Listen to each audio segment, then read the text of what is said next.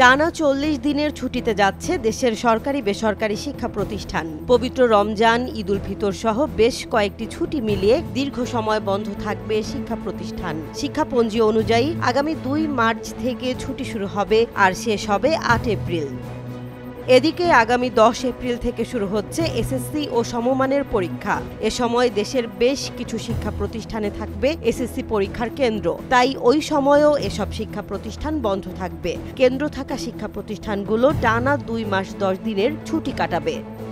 শিক্ষাপঞ্জি বিশ্লেষণ করে দেখা গেছে, পবিত্র রমজান মাস, শুভ দোলযাত্রা, স্বাধীনতা দিবস, জুমাতুল বিদা, শবে কদর ও ঈদ উল ফিতরের ছুটি ২ মার্চ থেকে শুরু হবে, শেষ হবে ৮ এপ্রিল। পবিত্র রমজান শুরু হবে ১ বা ২ মার্চ। ২৮ ফেব্রুয়ারি ও ১ মার্চ শুক্র ও শনিবারের ছুটি থাকায় শিক্ষা প্রতিষ্ঠানগুলোতে সর্বশেষ ক্লাস হবে ২৭ ফেব্রুয়ারি।